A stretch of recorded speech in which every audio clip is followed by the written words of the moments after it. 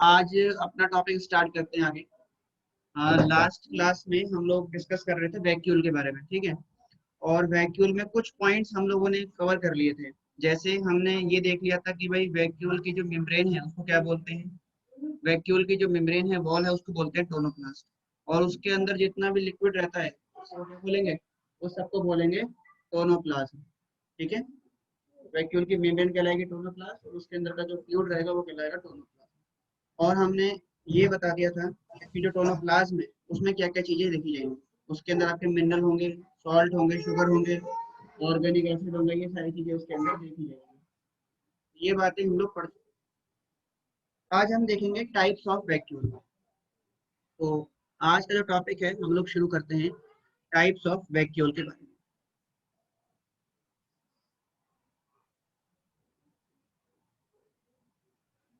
Types of vacuole.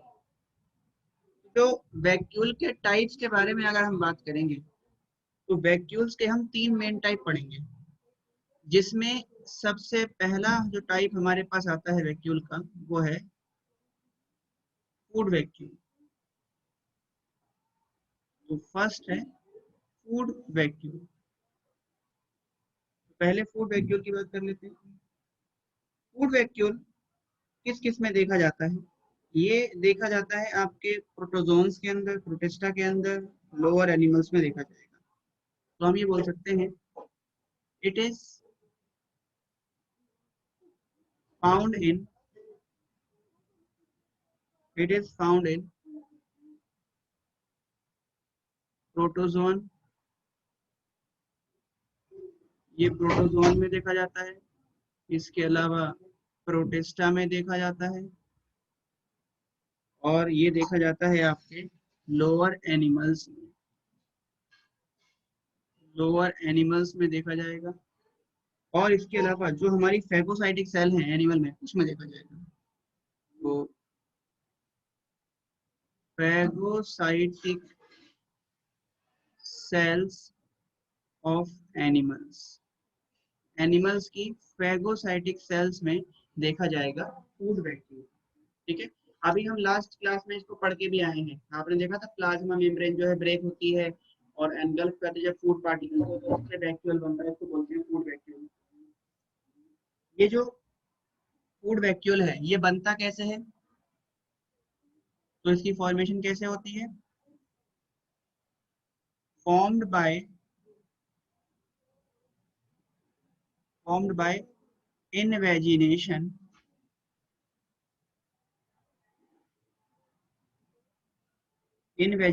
Of plasma membrane. ये ना plasma membrane के या सेल मेम्ब्रेन के इनवेजिनेशन से बनेगा फूड वैक्यूल। और ये फूड वैक्यूल करता क्या है, इसका काम होता है डाइजेशन ऑफ फूड। ये फूड के डाइजेशन में हेल्प करेगा। इसके बाद ये तो हो गया हमारा फूड वैक्यूल। फूड वैक्यूल के बाद जो सेकंड हमारे पास आता है, सेकंड वन है, वो रहेगा एयर वैक्यूल या इसको बोलते हैं स्यूडो वैक्यूल। एयर वैक्यूल या फिर इसको बोलते हैं स्यूडो वैक्यूल। ये जो एयर वैक्यूल है या जो स्यूडो वैक्यूल है ये सिर्फ और सिर्फ प्रोकैरियोट्स में देखा जाता है। तो हम ये बोल सकते हैं it is present only in prokaryotes. ये सिर्फ प्रोकैरियोट्स में देखा जाएगा। ओनली इन प्रोकैरियोट्स, सिर्फ प्रोकैरियोट्स में रहेगा। और इसमें क्या पाया जाता है, इसके अंदर ना कुछ मेटाबॉलिक गैसेस पाई जाती हैं। दे हैव मेटाबॉलिक गैसेस, तो इसमें गैसेस प्रेजेंट रहती हैं। और इसका फंक्शन यदि देखा जाए क्या काम करता है ये,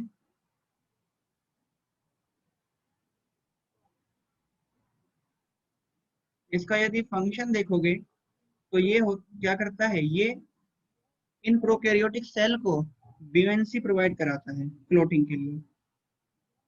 प्रोवाइड बीएनसी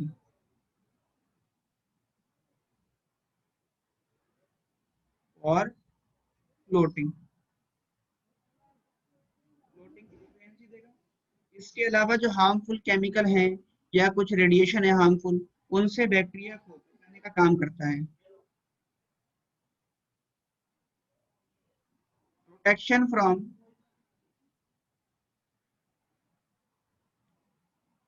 हार्मफुल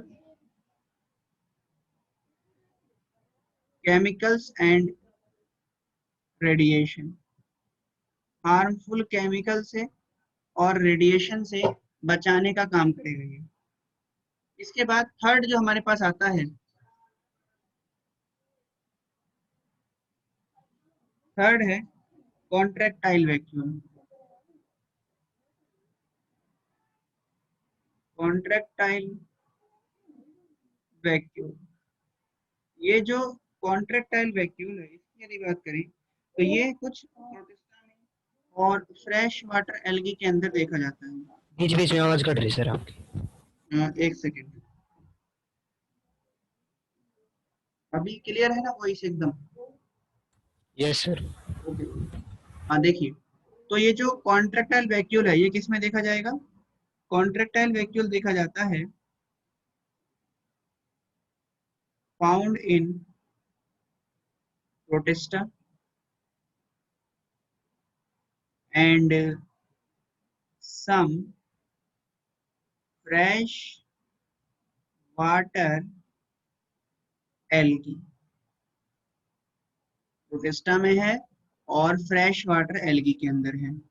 और ये जो कॉन्ट्रैक्टाइल वैक्यूल है, इसका यदि देखेंगे फंक्शन, तो इसका फंक्शन है ओस्मो रेगुलेशन, ओस्मो रेगुलेशन। तो आप लोगों में से कोई ये बता सकता है what is osmoregulation? Maintenance of osmotic balance. हाँ, maintenance of osmotic balance. Osmotic balance को मेंटेन करना ओस्मो रेगुलेशन कहलाता है। ये सारी चीजें हम प्रीवियस चैप्टर्स के अंदर कवर कर चुके हैं। ये तो तीन हमारे वैक्यूल हो गए। इसमें जो ये वाला वैक्यूल है ना, एयर वैक्यूल, ये बहुत रेयर है, मतलब ये सिर्फ प्रोकैरियोट में देखा जा रहा है। एक और वैक्यूल हमारे पास देखा जाता है नंबर 4, जिसको हम डिस्कस कर लेते हैं, वो है सैप वैक्यूल। तो ये रब करते हैं और फिर देखते हैं नंबर 4, जिसे हम बोलते हैं सैप वैक्यूल।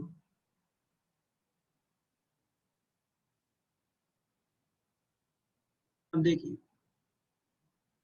फोर्थ वन जो है ये हमारे पास आता है, फोर्थ वन है सैप वैक्यूल।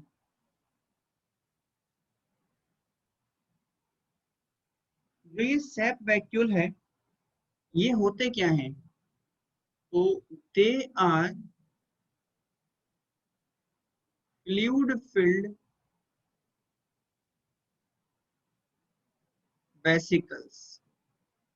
ये फ्लूइड फिल्ड वेसिकल्स होते हैं, ऐसे वेसिकल हैं जिनमें फ्लूइड भरा हुआ है। और इनमें क्या क्या चीजें देखी जाती है, ये बहुत इंपॉर्टेंट है, ये बहुत पूछा जाता है आपसे SAP vacuole. They contain they contain mineral salt, इसमें मिनरल सॉल्ट रहते हैं। इसके अलावा शुगर रहेगा और अमीनो एसिड देखे जाएंगे, अमीनो एसिड रहेंगे।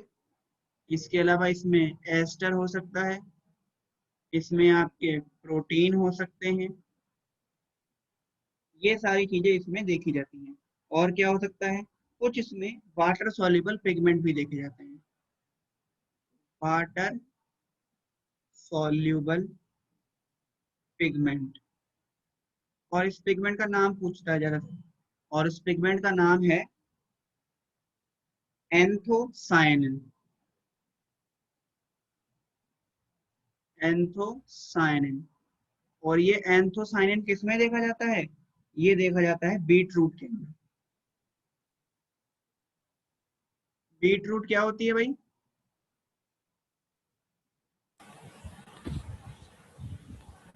साइंटिफिक नेम है इसका beta vulgaris. Tap beet root root, modification. Beet root खाइए कभी आपने, जिसे हम नो सर। चकुंदर बोलते हैं, चकुंदर। Yes sir, yes sir. तो इसको जब पानी में डालते हैं तो क्या होता है, या आप इसको अगर थोड़ा सा गीला भी करोगे तो क्या होगा, आपका पूरा हाथ देखोगे कि कट करने पर रेड रेड हो जाता है। वो रेड कलर जो आपके हाथों में आ रहा है वो किस वजह से आता है? वो आता है इस एंथोसाइनिन की वजह से। तो अगर जो आपसे पूछेगा ना एंथोसाइनिन कौन सा कलरेशन देता है, तो रेड कलर देता है। ठीक है, तो इससे आप इसको कोरिलेट करके याद कर सकते हैं कि एंथोसाइनिन का जो पिगमेंटेशन होता है वो कैसा होता है, रेड कलर का होता है। और ये किस में देखा जाता है? बीट रूट में देखा जाता है। साइंटिफिक नेम है इसका बीटा वल्गैरिस। तो ये हमारे हो गए वैक्यूल। तो इसी के साथ हमने अपना वैक्यूल कवर कर दिया। अब हम शुरू करेंगे नेक्स्ट ऑर्गेनेली, जो कि है राइबोसोम। सर स्ट्रक्चर नहीं करवाओगे? किसका? वैक्यूल का? Yes sir. ना, नहीं, स्ट्रक्चर नहीं करने हैं। अब हमारे पास आता है राइबोसोम।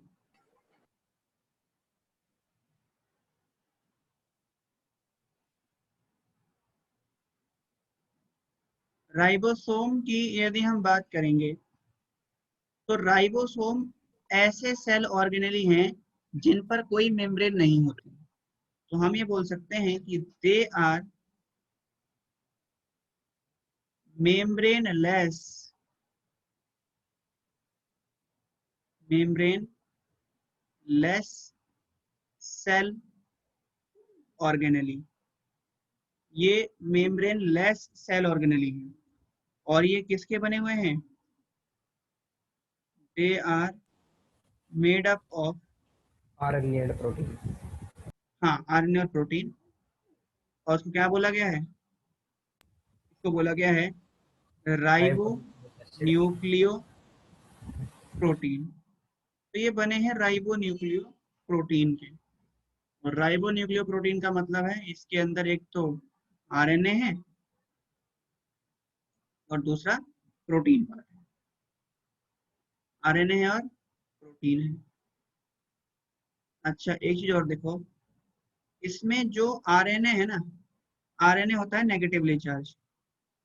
आरएनए है नेगेटिवली चार्ज होता है, जबकि प्रोटीन जो है ये होता है न्यूट्रल। तो राइबोसोम पे चार्ज कैसा होगा? Ribosome negative. होता है, हाँ, नेगेटिवली चार्ज होता है राइबोसोम। और ये आपसे पूछेगा ना यदि कि राइबोसोम नेगेटिवली चार्ज किस वजह से है, तो आप बताएंगे due to presence of RNA. RNA की वजह से ये राइबोसोम नेगेटिवली चार्ज होता है। अब आती है राइबोसोम की डिस्कवरी की बात करते हैं कि राइबोसोम को डिस्कवर किसने किया था। तो राइबोसोम की डिस्कवरी करी थी साइंटिस्ट रॉबिन्सन और ब्राउन ने। तो हम यहाँ लिख देते हैं ribosome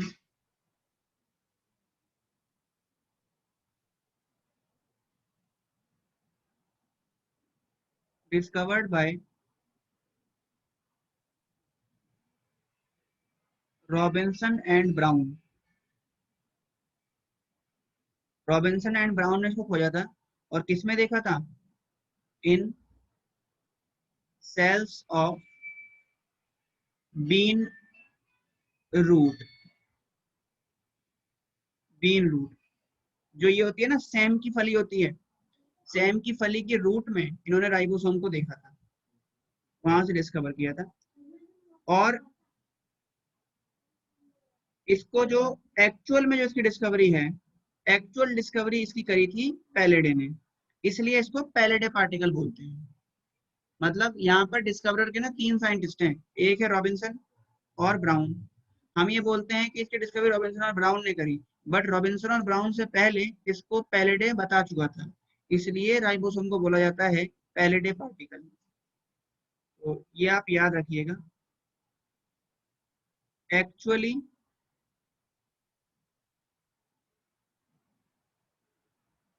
discovered bye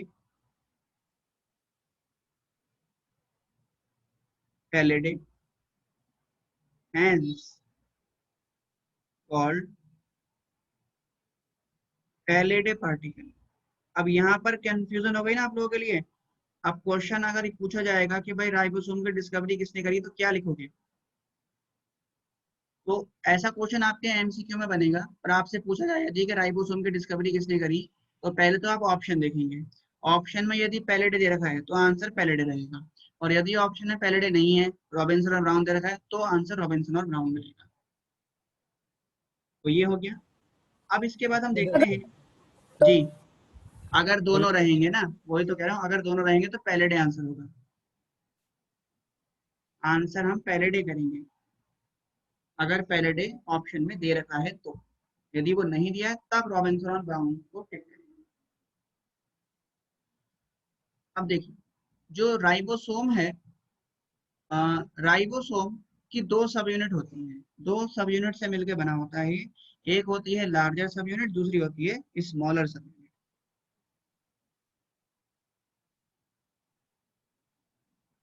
ribosome made up of two sub unit, ये दो सब यूनिट के मिलने से बना है। और वो कौन कौन सी हैं? एक है लार्जर, दूसरी है स्मॉलर। देखिए, यदि जो हम यूकैरियोटिक राइबोसोम की बात करें, प्रोकैरियोट कम पढ़ ही चुके हैं, यूकैरियोटिक राइबोसोम को देख लेते हैं। तो राइबोसोम ऑफ यूकैरियोट,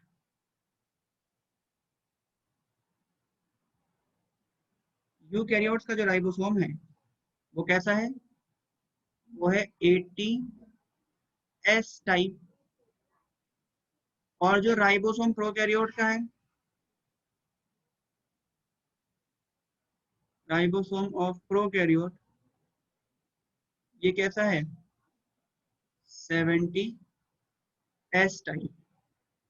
ठीक है, अब इन दोनों को जरा हम कंपेयर करते हैं, दोनों ही राइबोसोम कंपेयर करेंगे, इनकी हम कॉम्पोजिशन भी समझ लेंगे। यहाँ पर तो एक टेबल बनाते हैं, एक तरफ रहता है सीरियल नंबर, एक कॉलम बनेगा यहाँ पे types of ribosome, types of ribosome. एक बनाते हैं इनकी लोकेशन का, लोकेशन। एक आता है इनका सब यूनिट, और एक तरफ लिखते हैं इनकी कॉम्पोजिशन ऑफ स्ट्रक्चर। तो देखिए, सबसे पहले बात करते हैं जो नंबर 1 है। सबसे पहले हम बात करते हैं 80S टाइप की, जो कि यूकैरियोट में देखा जाता है। तो ये किस में देखा जाता है? ये देखा जाता है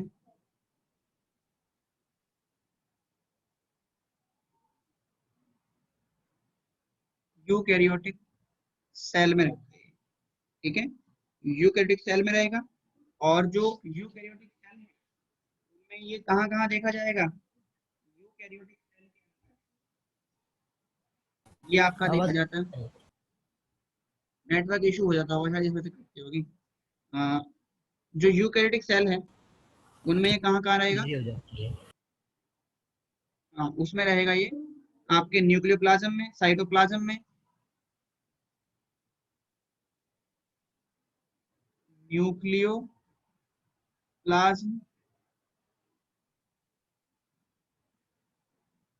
साइटोप्लाज्म, इसके अलावा ईआर के साथ अटैच रहता है, और न्यूक्लियर मेम्ब्रेन के साथ अटैच रहेगा। ठीक है, तो ये इसकी लोकेशन होगी। अब इसकी देखो सब यूनिट, हमने ये बात पढ़ी है कि ये दो सब यूनिट से मिलकर बना होता है, एक लार्जर और एक स्मॉलर। तो इसमें भी दो सब यूनिट रहेंगी, एक तो रहेगी लार्जर, दूसरी रहेगी स्मॉलर। तो पहली सब यूनिट है लार्जर, और लार्जर होती है 60S टाइप। अब देखो लार्जर का कॉम्पोजिशन कि लार्जर किन किन चीजों से मिलके बना होगा। तो लार्जर सब यूनिट में आपके पास रहेगा, एक तो आरएनए रहेगा। आरएनए कौन कौन सा होगा, देखो ये याद करना है आपको। 28 SR RNA plus 5.8 SR RNA plus 5 SR RNA और प्लस इसके अंदर रहेंगे 40 टाइप्स ऑफ प्रोटीन। 40 तरह के इसमें प्रोटीन रहेंगे। ठीक है जी। तो लार्जर कॉम्पोजिशन यदि पूछेगा तो क्या रहेगा, आरएनए और प्रोटीन से बना है। आरएनए कौन कौन सा है लार्जर में, 28 एसआर है, 5.8 एसआर है, 5 एसआर है। ये 3 तरह के तो आरएनए हो गए और 40 तरह के इसके अंदर प्रोटीन रहेंगे। ये हो गई कॉम्पोजिशन लार्जर सब यूनिट। अब जरा देखते हैं smaller sub unit. Smaller sub unit है इसके अंदर 40 एस टाइप। और ये किससे बना है, ये बना है, इसके अंदर है 18 एसआर आरएनए है और प्लस साथ में क्या है 33 टाइप्स ऑफ प्रोटीन है। 33 तरह के प्रोटीन है और 18 एसआर आरएनए। तो ये हमने कॉम्पोजिशन देख लिया। अब देखो इसमें आपको क्या दिखाई दिया, जो यूकैरियोटिक राइबोसोम है इसमें आपको क्या बात देखने को मिली। तो आप यहाँ लिख सकते हो नोट करके इसको, in eukaryotic ribosome, in eukaryotic ribosome there are 4 types of rRNA। इसके अंदर 4 तरह के rRNA हैं। कौन कौन से हैं, 28 srRNA है, 5.8 srRNA है, 5 srRNA है और कौन सा है, और 18 srRNA है। तो ये 4 तरह के आरएनए आपको यूकैरियोटिक राइबोसोम में देखने को मिलते हैं। और प्रोटीन कितनी तरह के हैं, तो लगभग 77 टाइप के इसके अंदर आपको प्रोटीन देखने को मिले। तो ये हो गया हमारा 80S टाइप का आरएनए। अब इस टेबल में जो सेकंड वन हम पढ़ेंगे, जी हर्षित बोलिए। सर ये एसआर क्या डिनोट कर रहा है? एसआर इसके आरएनए के टाइप्स होते हैं। जैसे एक एसएन होता है, स्मॉल न्यूक्लियर आरएनए। एक होता है ये साइटो, ये जो आपका है ना, ये है आपका स्मॉल राइबोसोमल आरएनए। तो स्मॉल राइबोसोमल आरएनए को रिप्रेजेंट करता है एसआरआरएनए। आरएनए 3 तरह के हैं मेनली। एक होता है राइबोसोमल आरएनए, एक होता है आपका मैसेंजर आरएनए, एक होता है आपका ट्रांसफर आरएनए। ये हम लोग जेनेटिक्स में पढ़ेंगे, लेकिन थोड़ा सा मैं इसके बारे में आपको बता देता हूँ। जो राइबोसोमल आरएनए होता है, इसके साथ क्या होता है, ये जो राइबोसोमल आरएनए है, ये इसके साथ राइबोसोम अटैच रहते हैं। मींस ये राइबोसोम की फॉर्मेशन करता है, या हम ये बोल सकते हैं कि ये राइबोसोम में देखा जाता है। जो आपका ट्रांसफर आरएनए होता है, वो क्या करता है, वो अमीनो एसिड को ट्रांसफर करने का काम करेगा। और जो आपका मैसेंजर आरएनए है, उसके पास जेनेटिक इंफॉर्मेशन होती है, जिससे आपके प्रोटीन की फॉर्मेशन होगी। तो ओवरऑल हम ये बात बोल सकते हैं कि तीनों ही RNA, ribosomal RNA, transfer RNA और मैसेंजर आरएनए, ये तीनों मिलके प्रोटीन फॉर्मेशन का काम करते हैं। इसको जब हम जेनेटिक्स पढ़ेंगे ना, 12th क्लास में जब जाएंगे आप, तो आप लोग जेनेटिक्स पढ़ोगे, तो वहां जेनेटिक्स में आपको इनका फंक्शन प्रॉपरली क्लियर हो जाएगा कि ये राइबोसोम जो हमारे आरएनए हैं वो करते क्या है। फिलहाल इसको समझ लीजिए, एसआर का मतलब है स्मॉल राइबोसोमल आरएनए। चलिए अब हम आगे बात करते हैं इसके बाद, और सेकेंड टाइप के आरएनए को डिस्कस करते हैं टेबल के। एज इट इज टेबल बनी रहेगी। सेकेंड टाइप के आरएनए को हम के बारे में हम लोग बात करेंगे।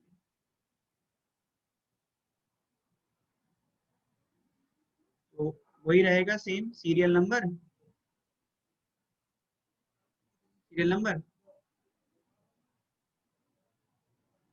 टाइप्स ऑफ राइबोसोम, और यहाँ पर क्या था, इसके बाद था आपका सब यूनिट, टाइप्स ऑफ राइबोसोम था। उसके बाद क्या था, अच्छा लोकेशन है, हाँ लोकेशन, लोकेशन के बाद सब यूनिट और फिर कॉम्पोजिशन।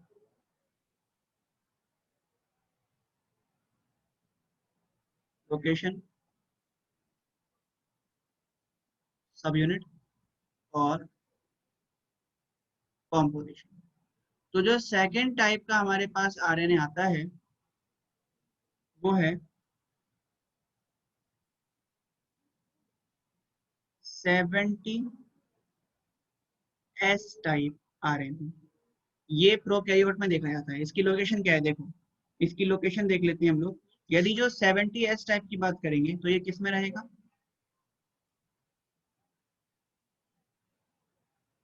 प्रोकैरियोटिक सेल में देखा जाएगा। प्रोकैरियोटिक सेल में कहाँ होता है, उसके साइटोप्लाज्म में होता है, और ये मीसोसोम के साथ अटैच रहता है, attached with mesosome and plasma membrane. Mesosome और प्लाज्मा मेम्ब्रेन के साथ अटैच रहता है, जबकि ये यूकैरियोटिक सेल के अंदर भी देखा जाता है।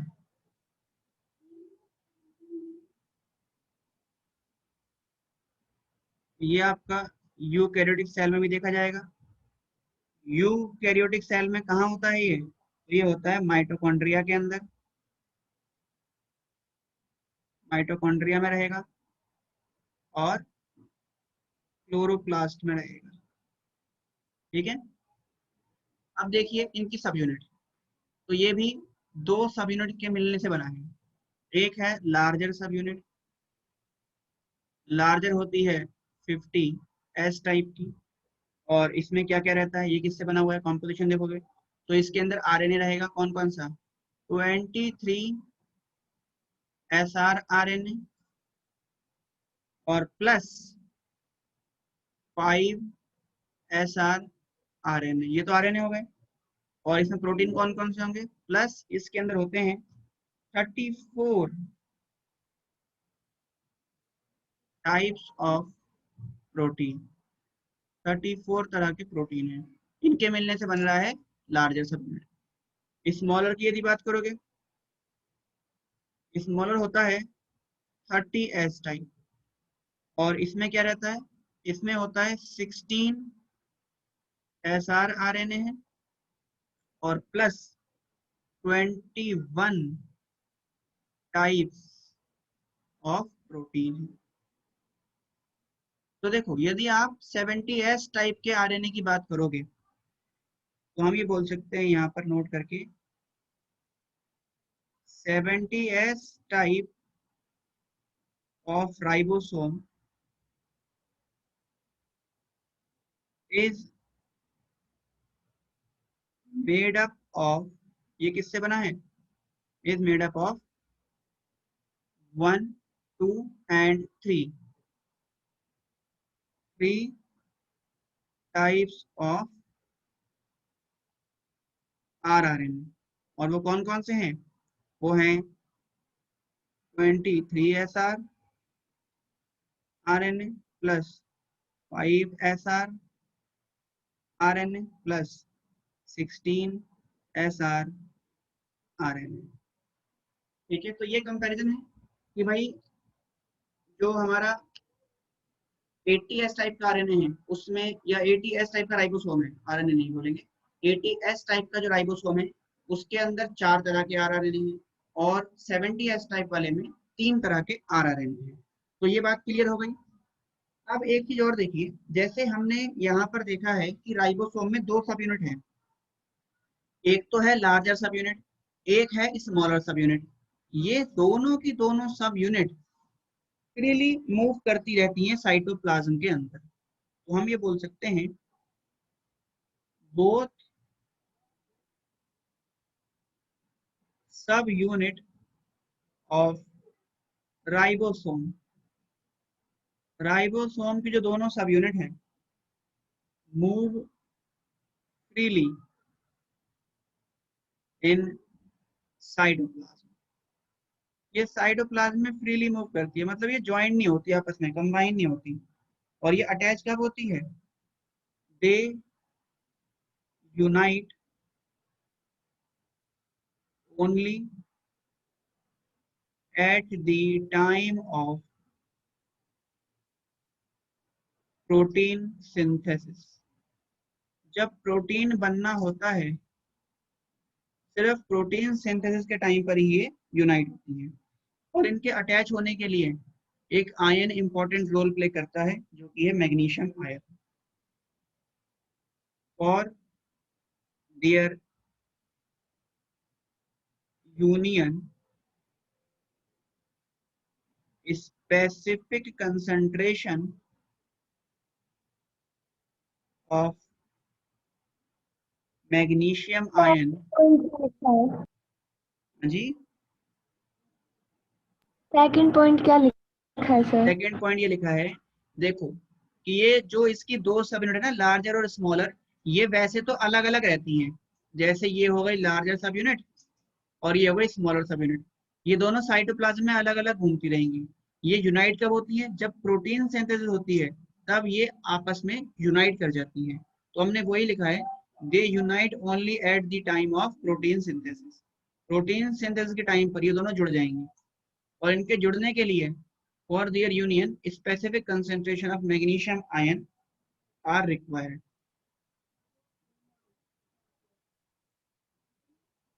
ठीक है, मैग्नीशियम आयन जरूरी है इनको जोड़ने के लिए। कैसे? देखो कंसेंट्रेशन वेरी करेगी, इसमें तीन केस बनते हैं। देखो, if concentration of magnesium ion, यदि जो मैग्नीशियम आयन की कंसेंट्रेशन है इसकी यदि कंसेंट्रेशन है 0.01 मोलर, यदि कंसेंट्रेशन 0.01 मोलर है तो क्या होगा? तो ये आपस में जुड़ जाएंगे, यानी कि एसोसिएशन हो जाएगा।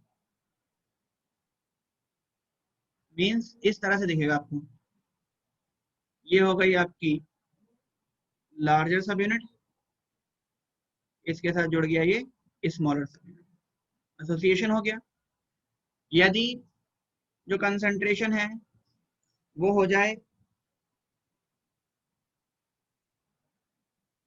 कंसंट्रेशन कम हो गई इससे 0.01 मोलर से कंसंट्रेशन कम हो गई, तो क्या होगा? तो हो जाएगा डिसोसिएशन।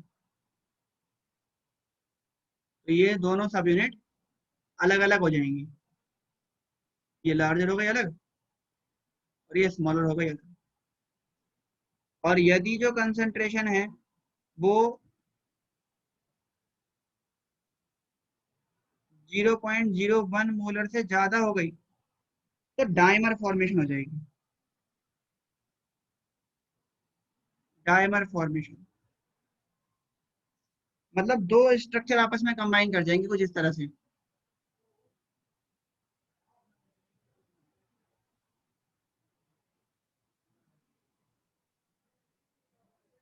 ऐसे कंबाइन कर जाएंगे, ये हो गया dimer formation.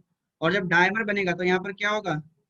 No protein synthesis.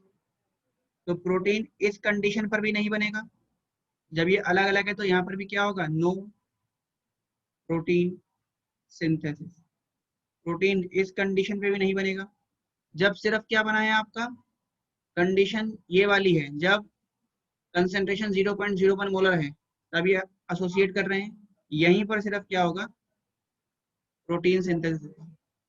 इसका मतलब आपसे यदि पूछता है कि प्रोटीन सिंथेसिस के लिए, प्रोटीन फॉर्मेशन के लिए मैग्नीशियम आयन की कितनी कंसेंट्रेशन होनी चाहिए, तो आप बोलोगे इसकी कंसेंट्रेशन होनी चाहिए 0.01 मोलर, तब आपकी प्रोटीन फॉर्मेशन होगी।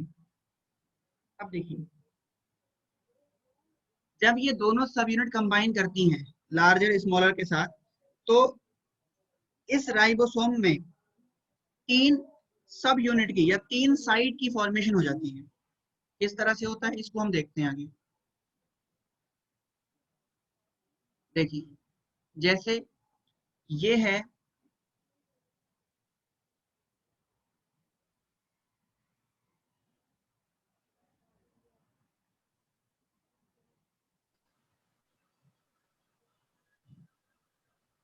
जैसे ये है आपका लार्जर सब यूनिट,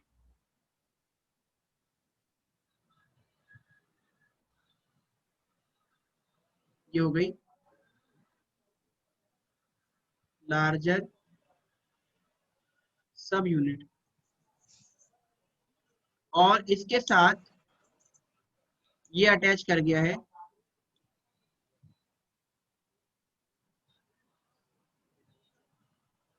स्मॉलर सब यूनिट। ठीक है जी। जब ये दोनों अटैच कर गई, ये दोनों एक साथ जुड़ गई हैं, तो अब यहाँ पर आपको 3 साइड दिखाई देंगी। एक साइड जो है वो तो ये कहलाएगी, ये एक ये साइड बन गई, इसको बोला जाएगा पी साइड। एक आपको ये दिखाई देगा यहाँ पर, इसको बोला जाएगा ए साइड, और एक आपको यहाँ पर दिखाई देगी ये, इसको बोला जाएगा ई साइड। ठीक है जी। तो यहाँ पर 3 साइड है, पी साइड, ए साइड और ई साइड। तो 3 साइड यहाँ आपको देखने को मिल रही है। ये कब दिखती हैं? तो इसके लिए हम यहाँ लिख देते हैं when both the subunit of a ribosome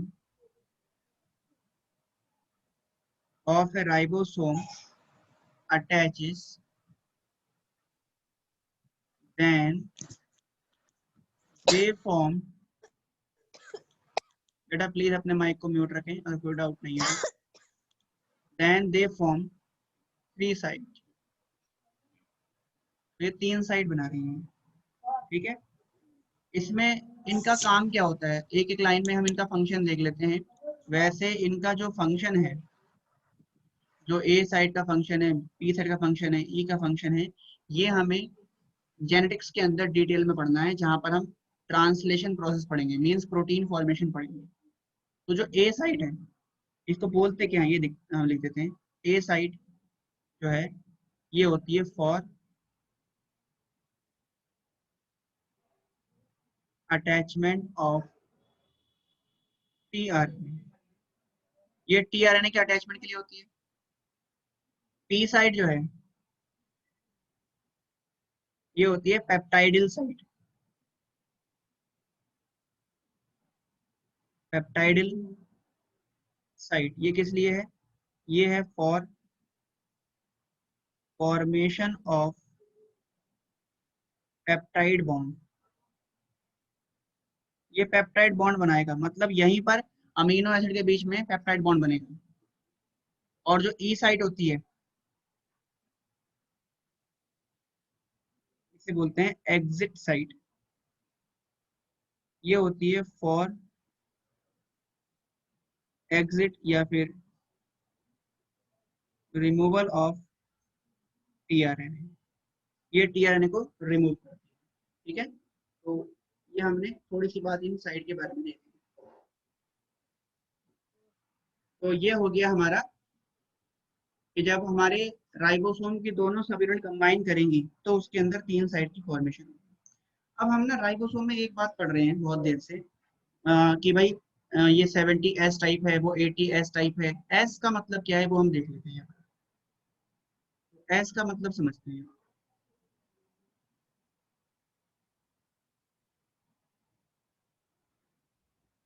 meaning of S क्या है?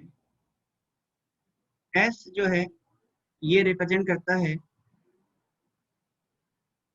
Sedimentation coefficient. एस है सेडिमेंटेशन कोफिशिएंट। और जो एस है इसको क्या बोलते हैं, ऑल्सो कॉल्ड स्वेडबर्ग कांस्टेंट, इसको स्वेडबर्ग कांस्टेंट बोलते हैं, ठीक है। और ये किसने डिस्कवर किया था, डिस्कवर्ड बाय स्वेडबर्ग, ये स्वेडबर्ग ने खोजा था। ये ना सेडिमेंटेशन रेट बताता है, एस की वैल्यू क्या होती है, देखो एस की जो वैल्यू है,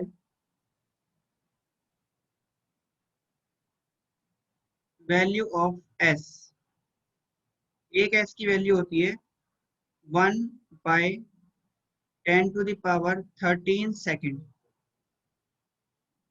यानी कि हम इसको ऐसे ही बोल सकते हैं एस इक्वल्स टू 10⁻−13 पर सेकेंड। ये इस रेट से सेटल डाउन होता है।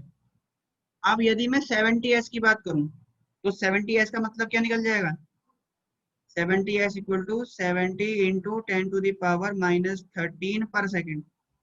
इस रेट से ये राइबोसोम साइटोप्लाज्म में सेटल डाउन होगा, ठीक है। और इसको और सॉल्व कैसे कर सकते हो आप, 7 इंटू 10⁻−12 पर सेकेंड, ठीक है। इसी तरह आप 80s को भी निकाल सकते हैं, 8 इंटू 10⁻−12 पर सेकेंड।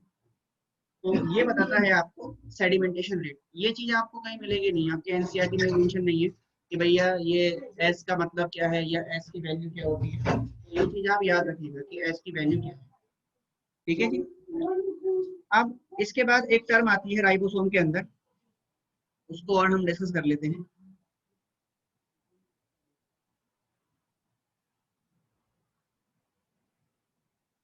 और वो टर्मिनोलॉजी है पॉलीसोम या पॉलीराइबो।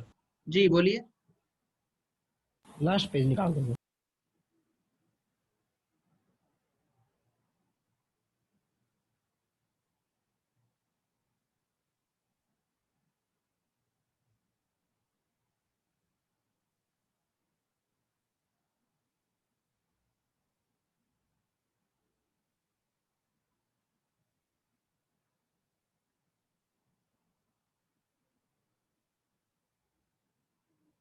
हो हो गया। गया सर। चलिए अब आगे बात करते हैं हम लोग। तो एक टर्म हमारे पास इसमें आती है पॉलीराइबोसोम या फिर पॉलीसोम।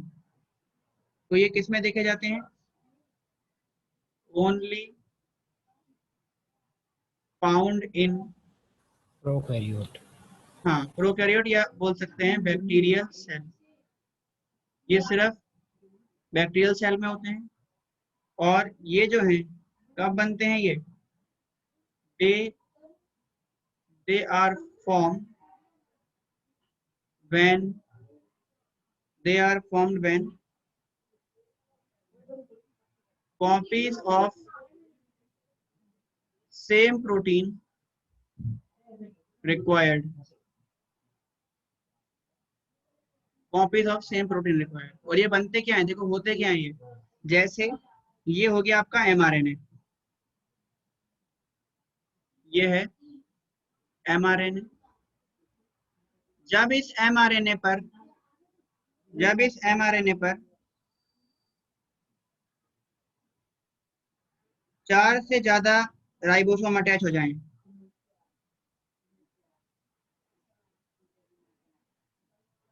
जब इस पे 4 से ज्यादा राइबोसोम अटैच हो जाएंगे,